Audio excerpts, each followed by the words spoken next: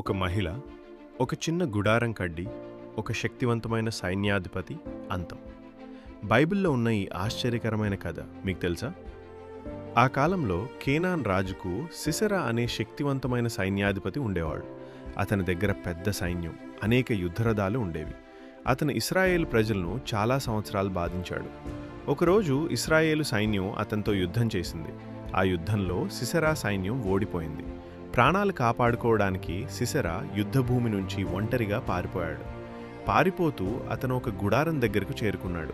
ఆ గుడారం జయేల్ అనే మహిళది. జయేల్ అతన్ని చూసి దయతో లోపలికి ఆహ్వానించింది. అలసిపోయిన సిసెరా నీళ్లడిగాడు. జయేల్ అతనికి నీళ్లు కాకుండా పాలిచ్చింది. తర్వాత అతన్ని దుప్పటితో కప్పి విశ్రాంతి తీసుకోమంది. చాలా అలసిపోయిన సిసెరా త్వరగా గాఢ నిద్రలోకి వెళ్ళిపోయాడు. అప్పుడు జయేల్ ఒక గుడారం కడ్డి మరియు సుత్తి తీసుకుంది. ఆమె నిద్రపోతున్న సిసెరా దగ్గరకు నెమ్మదిగా వెళ్ళి అతన్ని చంపింది. ఆ రోజు జయేల్ చేసిన ధైర్యమైన పని వల్ల శత్రువు ఓడిపోయాడు. దేవుడు ఒక సాధారణ మహిళ ద్వారా ఇశ్రాయేలు దేశాన్ని రక్షించాడు.